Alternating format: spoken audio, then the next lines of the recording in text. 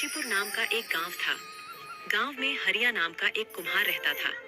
हरिया मिट्टी के घड़े बनाता था और उसे बेचकर जो भी पैसे मिलते उससे वह अपने परिवार का पेट पालता था। इसी गांव में सेठ लालचंद भी रहता था। वह सेठ गांव के भोले भाले लोगों को थोड़ा सा कर्ज देकर उनसे ज्यादा ब्याज वसूल करता था।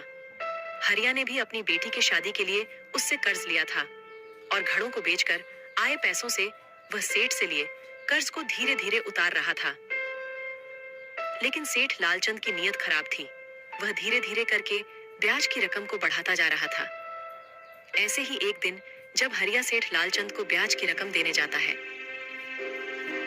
अरे ये क्या, बस 700 रुपए? हरिया, तुझे मुझसे कर्ज लिए 4 साल हो गए हैं। मैंने तुझे कहा था ना कि हर महीने ब्याज की रकम बराबर मुझे देते रहना, लेकिन तूने अभी बीते कुछ महीनों में मेरी बराबर रकम वापस नहीं की है। इसलिए अब मैं ब्याज की रकम को 4% बढ़ा रहा हूँ। पर सेठ जी, आपने अभी पिछले 2 महीने पहले ही तो 2% ब्याज बढ़ाया था। हाँ बढ़ाया था, लेकिन मुझे नहीं पता था कि तुम मेरे पैसे देने में इतना टाइम लगा देगा। इसलिए अब से ब्याज की रकम हर दूसरे महीने में बढ़ेगी। इस बार तो मैं ये 708 रुपए रख रहा हूँ, लेकिन अब से अगले महीने से तुझे हर महीने 900 रुपए मुझे देने होंगे। पर सेठ जी, ऐसे तो मेरे घर का खर्चा चलाना भी बहुत मुश्किल हो जाएगा। मैं बहुत मुश्किल से पैसे जोड़ जोड़ कर आपको देता हूँ।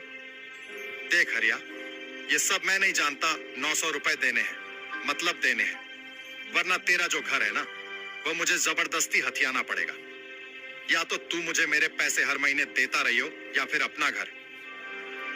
ठीक है सेठ जी, मैं आपको हर महीने ब्याज की रकम देता रहूंगा, पर आप घर लेने की बात ना करें। एक ही तो छत है हमारे पास, अगर वह भी आप ले लेंगे तो हम कहाँ जाएंगे? हरिया चुपचाप घर वापस आ जाता है और घर आकर फिर से घड़े बनाने लगता है। तभी हरिया को परेशान देखकर उसकी माँ उससे पूछती है, क्या हुआ हरिया बेटा, तुम इतने परेशान क्यों दिख रहे हो? हरिया अपनी माँ को वह सारी बात बताता है जो लालचंद ने उससे कही थी। मैंने तुझसे पहले ही कहा था बेटा, यह लालचंद एक नंबर का लालची इंसान है, इससे कर्ज मत ले। पर तूने मेरी बात नहीं मानी। यह लालचंद बस गरीबों का खून चूसना जानता है। पर माँ, मैं उस समय करता भी तो क्या? बिटिया की शादी के लिए और किससे कर्ज मांगता? मेरे पास और कोई रास्ता ही नहीं था। अब मुझे और ज्यादा मेहनत करनी होगी, पहले से और अधिक घड़े बनाने होंगे, जिससे मैं ज्यादा से ज्यादा घड़े बेच सकूंगा। अच्छा माँ, सारे घड़े बन गए हैं तो मैं इसे यहाँ पर सूखने के लिए रख देता हूँ, और बाकी जो घड़े सूख गए हैं उसे मैं बाजार लेकर जा रहा हूँ। हरिया अपने बनाए हुए सारे घड़े लेकर बाजार चला जाता है और वहां पर घड़े बेचता है। सारे दिन मेहनत करके भी वह ज्यादा से ज्यादा 15 से 20 घड़े ही बना पाता था, और घड़ों को बेचकर जो पैसे आते थे वह अपनी माँ को जमा करने के लिए दे देता था। लेकिन अब सेठ के द्वारा ब्याज की रकम ज्यादा बढ़ा देने की वजह से हरिया को समस्या आ गई थी, क्योंकि हरिया की कमाई तो उतनी ही थी। अब हरिया दिन रात मेहनत करने लगा था। वह दिन रात घड़े बनाने में लगा रहता, जिससे हरिया बहुत थक जाया करता था। ऐसे ही हरिया एक बार अपने आंगन में घड़े बना रहा था कि तभी एक बूढ़ा व्यक्ति उसके आंगन में आता है और उसे कहता है, बेटा, मैं अपने साथ कुछ मिट्टी लाया हूँ और मैं चाहता हूँ कि तुम इससे मेरे लिए मिट्टी की सुंदर सी बांसुरी बना दो। बाबा, मिट्टी की बांसुरी क्यों? बांसुरी तो बांस की बनती है ना? हाँ, लेकिन बेटा, मैं चाहता हूँ कि तुम मेरे लिए मिट्टी की बांसुरी बनाओ। ठीक है बाबा, आप मुझे मिट्टी दे दो, इससे मैं आपके लिए बांसुरी बना दूंगा। आप कल तक इसे ले जा सकते हैं। ठीक है बेटा, मैं कल आता हूँ। ऐसे कहकर बाबा वहां से चले जाते हैं और बाबा के कहे अनुसार हरिया मिट्टी की बांसुरी बनाने में लग जाता है।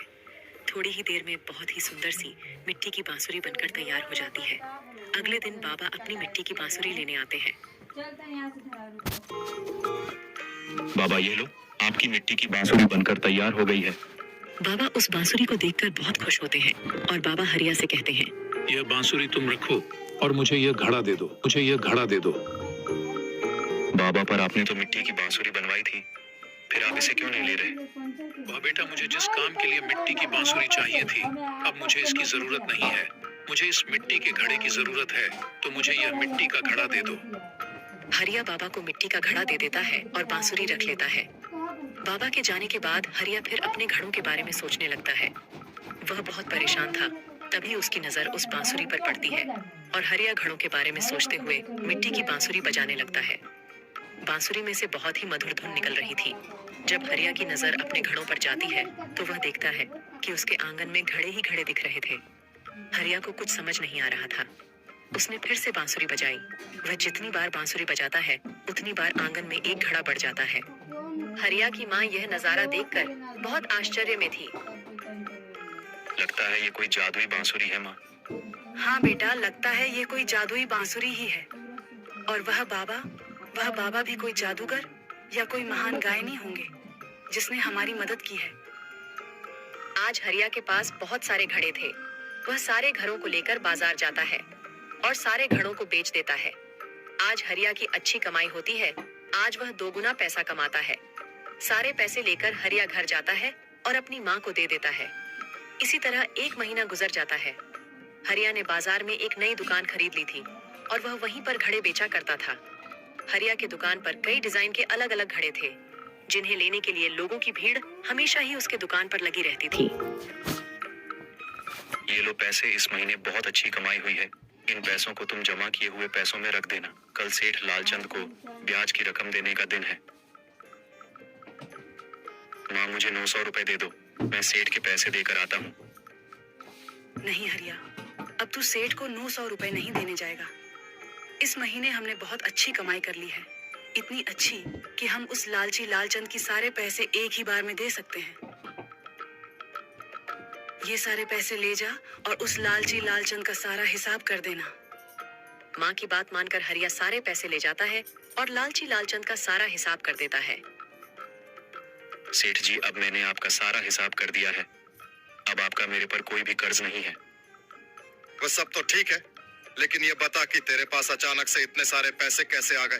कल तक तो तू 700 रुपए देने में भी बहुत आनाकानी कर रहा था और अचानक से सारा ब्याज एक ही बार में दे दिया। हाँ सेठ जी, क्योंकि मेरा व्यापार अब अच्छा चलने लगा है, जिससे मेरी अच्छी कमाई हो रही है। आप गरीब लोगों की मजबूरी का बहुत फायदा उठाते हो। लोग मजबूरी में आपके पास आते हैं और आपसे पैसे उधार मांगते हैं, लेकिन आप तो बस गरीबों को लूटने में लगे रहते हो। आपने मेरी गरीबी और मेरी मजबूरी का बहुत फायदा उठा लिया, लेकिन अब बस आज के बाद मैं आपसे कभी पैसे नहीं लूंगा। और हाँ, गांव के भी भोले भाले लोगों को तुमसे कर्ज लेने के लिए मना कर दूंगा, क्योंकि तुम झूठ बोलकर पहले कर्ज देते हो, फिर कर्ज का पैसा बार बार बढ़ाकर लोगों की मजबूरी का फायदा उठाते हो। इतना कहकर हरिया वहां से चला जाता है। अब हरिया की जिंदगी पहले से बहुत अच्छी हो गई थी। हरिया ने गांव के भोले भाले लोगों को सेठ लालचंद की बुरी नीयत के बारे में बताया, जिससे गांव के लोगों ने सेठ लालचंद से कर्ज लेना बंद कर दिया। इस तरह वह बाबा के दिए जादुई बांसुरी ने केवल हरिया की जिंदगी को ही नहीं बदला, बल्कि गांव की हर लोगों की जिंदगी को बदल दिया।